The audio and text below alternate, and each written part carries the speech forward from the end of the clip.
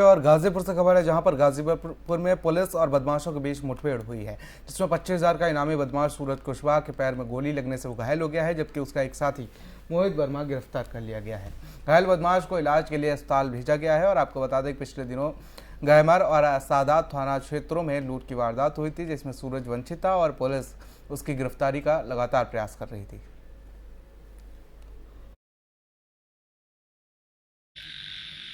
अपराध और अपराध नियंत्रण को दृष्टिगत रखते हुए लगातार चेकिंग के आदेश दिए गए। विगत कुछ दिनों पहले कुछ लूट की घटनाएं क्षेत्र में हुई थी, खासकर खानपुर क्षेत्र में, सादात और गहमर क्षेत्र में, और उसी के दृष्टिगत रखते हुए लगातार चेकिंग के आदेश जो है वो दिए गए थे। आज मुखबिर द्वारा एक सूचना प्राप्त हुई थी कि एक मुलजिम जिसका नाम सूरज है, जो कि गहमर में हुई एक बैंक मित्र के साथ लूट में शामिल था, वो और उसका एक साथी यहाँ से जा रहे थे, तो इनको पुलिस ने रोकने की जो है वो बैरिकेडिंग डाल के कोशिश की थी।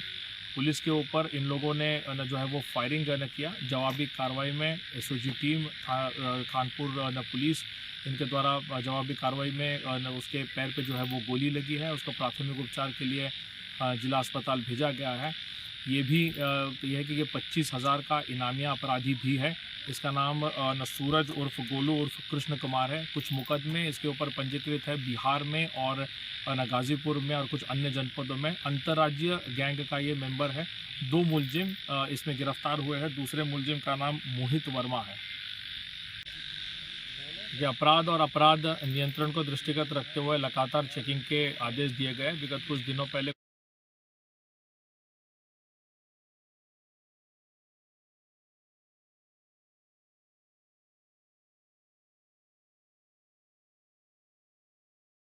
तो उत्तर प्रदेश के पूर्व मुख्यमंत्री दिवंगत कल्याण सिंह की पहली पुण्यतिथि पर 21 अगस्त को लखनऊ में उनकी प्रतिमा स्थापित की जाएगी। आपको बता दें कि इस कार्यक्रम को बीजेपी पूरे जोर शोर से सभी जिला मुख्यालयों में मनाने की तैयारी कर रही है। वहीं राजधानी लखनऊ में स्थापित होने वाले इस प्रतिमा के प्रथम माल्यार्पण में पीएम मोदी के आने की संभावना बनी हुई है। हालांकि इस पर अभी तक आधिकारिक कोई बयान नहीं आया है।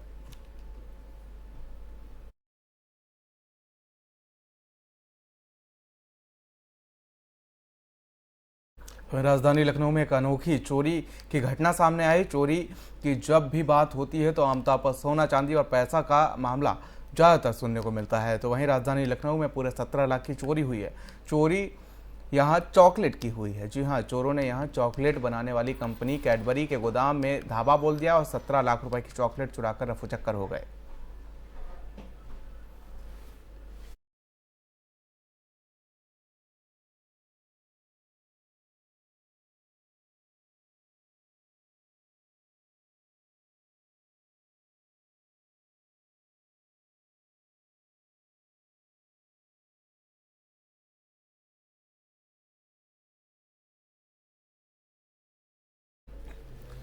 तो लखनऊ से खबर है, जहां पर अनोखी चोरी देखने को मिली है और 17 लाख की चॉकलेट की चोरी देखने को मिली है। चॉकलेट चुराकर चोर रफू चक्कर हो गए।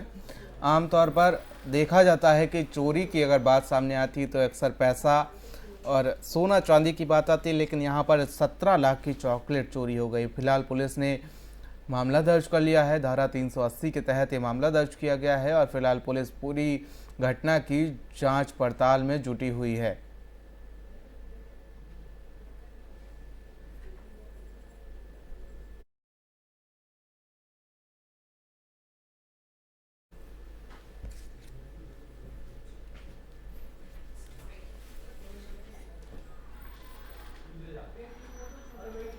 तो अपडेट्स और जानकारी के साथ हमारे संवाददाता नीरज हमारे साथ इसी खबर पर जुड़ चुके हैं। नीरज, क्या कुछ अपडेट है इसको लेकर, जिस तरीके से लखनऊ में एक अनोखी चोरी देखने को मिली और ये चोरी है चॉकलेट की?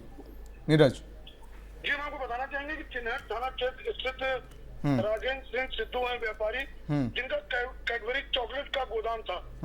15 अगस्त की रात चोरों ने पूरी स्वतंत्रता के साथ इनके गोदाम पे विधिवत 17 लाख रुपए की चॉकलेट जो है वो चुरा ली और जाते समय सीसीटीवी और डीवीआर भी चुरा ले गए। तो सुराग भी नहीं छोड़े।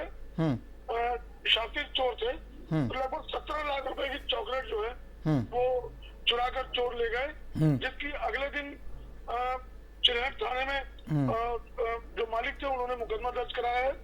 अब पुलिस चोरों की सरगर्मी से तलाश कर रही है। जी पुलिस का इस पूरे मामले में क्या कुछ कहना है नीरज? जी, अब चूंकि चोर होशियार थे, वो सीसीटीवी और डीवीआर भी उखाड़ ले गए, तो क्षेत्र में जो सीसीटीवी लगे उनके माध्यम से पुलिस सुराग लगाने का प्रयास कर रही है और पुलिस का कहना है कि संभवतः जल्दी ही इसका खुलासा भी करेंगे। लेकिन देखिए चोरों की शातिरपंती तो देखिए, 17 लाख की चॉकलेट चुरा ले गए चोर। अक्सर चोरी की जब बात आती है तो अक्सर सोना चांदी चोरी की बात आती है या किसी के घर पे दावा बोल के पैसे की चोरी की बात आती है। ये अनोखी चोरी लखनऊ में देखने को मिली है, चॉकलेट चोरी जिसे कह सकते हैं। जी हम आपको बताना चाहेंगे कहीं ना कहीं ये जो प्रथम दृष्टया शक के आधार पर देखा जा रहा है किसी स्टाफ की मिली भगत से ये चॉकलेट चोरी की गई है। 17 लाख की चॉकलेट जो चुराई गई है वो संभवतः किसी वाहन के द्वारा ही ले जाई गई होंगी। तो कहीं ना कहीं स्टाफ की मिली भगत सामने आ रही है।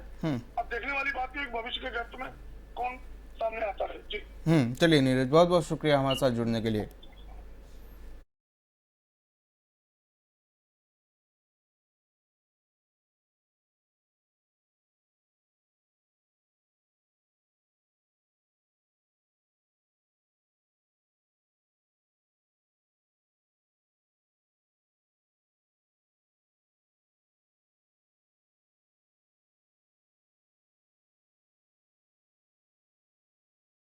तो वहीं भारत रत्न अटल बिहारी वाजपेयी की चौथी पुण्यतिथि के मौके पर डिप्टी सीएम केशव प्रसाद ने बीजेपी के राष्ट्रीय महामंत्री सुनील बंसल की जमकर तारीफ की है। सुनिए जरा।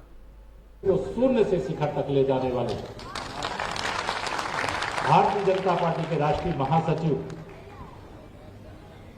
अध्यक्ष तो मैं भी रहा हूं, लेकिन जो अध्यक्ष रहे उनके मस्तक पे मुकुट तो बन गया कि उनके नेतृत्व में जीत हुई, लेकिन उस जीत के संपूर्ण श्रेय के अधिकारी कोई है तो सुनील बंसल जी हैं। उनका भी मैं स्वागत भी करता हूं, अभिनंदन भी करता हूं। एक नव दायित्व मिला है उसमें सफलता के भगवान से प्रार्थना करता हूं। मंच पर हमारे तमाम वरिष्ठ मंत्री, माननीय जनप्रतिनिधिगण, मैं सबका नाम लूंगा तो समय लगेगा। यहाँ उपस्थित जनसैलाब, पूज्य अटल बिहारी वाजपेयी जी के साथ काम किए, इनका भी सम्मान करने का सौभाग्य हम सब लोगों को मिला। उन सबका हृदय से सम्मान करते हुए, जो अटल जी कभी शरीर से जा सकते हैं, लेकिन मैं नहीं समझता हूं कि जब तक यह धरती रहेगी कोई अटल जी को कि कभी हमसे आपसे दूर ले जा सकता। मैं बचपन में एक गीत गाया गया संघ की शाखा कि अटल चुनौती अखिल विश्व को, भला बुरा चाहे जो माने, डटे हुए हैं राष्ट्र धर्म पर विपदाओं में सीना ताने। ये गीत बहुत सारे स्वयंसेवक हैं, उनको याद हो। लेकिन अटल चुनौती अखिल विश्व को, भला बुरा चाहे जो माने, होगा परमाणु धमाका, भारत परमाणु शक्ति संपन्न बनेगा और बना करके दिखा देने वाले अनेक ऐसे ऐतिहासिक कार्य से भारत की पताका पूरी दुनिया में लहराने वाले कभी कल्पना नहीं की जा सकती थी। देश की संसद में कहने वाले कांग्रेस के लोग एक तरफ बैठे थे, विरोधी लोग एक तरफ बैठे थे कि आज भाजपा की सदस्यों की संख्या कम है, आज तुम हम पर हंस रहे हो। एक दिन ऐसा आएगा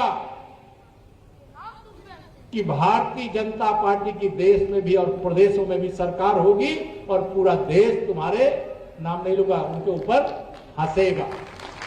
तो अटल जी का आशीर्वाद साकार हुआ कि नहीं हुआ? जो जो बातें अटल जी, पूज्य अटल बिहारी वाजपेयी जी कह करके गए, आशीर्वाद दे करके गए, वह सब सफल हुआ। और हम सब कार्यकर्ता पूज्य अटल जी के बताए रास्ते पर चल करके और सफलता के शिखर तक अभी पहुंचना, जो कुछ बकाया है, अभी तो 73 तक पहुंचे, अभी तो 80 तक पहुंचना है उत्तर प्रदेश में। इस लक्ष्य के साथ आगे बढ़ने का पूज्य अटल जी के चरणों में मैं बारंबार नमन करता हूं, आप सभी का अभिनंदन करता हूं। ज्यादा न बोल करके इतना ही निवेदन कर अपनी वाणी को विराम। दोनों हाथ उठा करके बोलिए जय श्री राम, जय श्री राम, भारत माता की। बहुत बहुत धन्यवाद।